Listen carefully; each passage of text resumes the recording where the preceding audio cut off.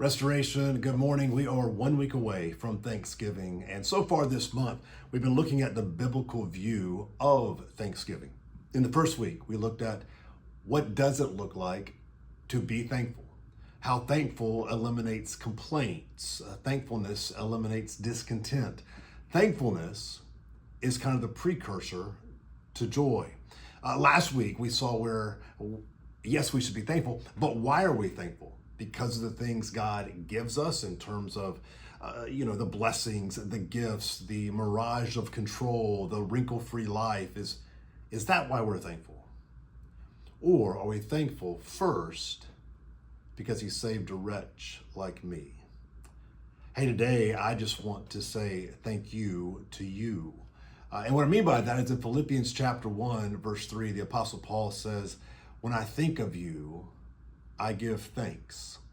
And he says, and I pray with joy as he remembers. He's talking about the church. I just want to say thank you for being part of Restoration Community Church, and thank you for allowing me the privilege to be one of the pastors here at Restoration. It is truly a joy. I'm also super thankful for what I believe God is starting to do, continuing to do in 2026 looking forward.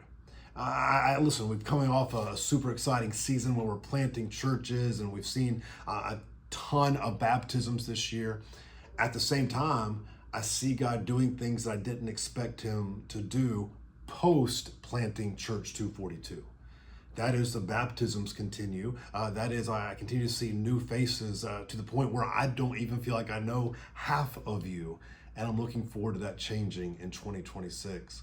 I'm also looking forward to what God has in store, not only for Restoration in 2026, but for you and the part that he has for you to play as he continues to do his will in and through your life. I'm super excited about the next year. More on that to come in the several weeks, kind of leading up to and then following Christmas.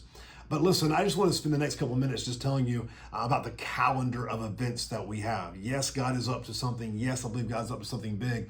And into the next 6 weeks, here's some of the things that he's doing that you can be a part of.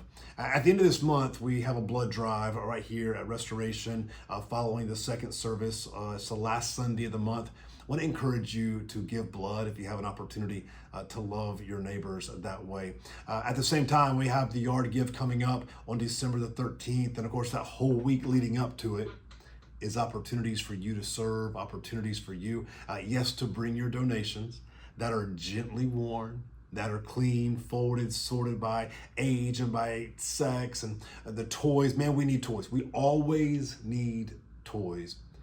But toys that have been clean, toys that have all the parts, toys that have batteries, toys that would be a blessing to the kids of our community.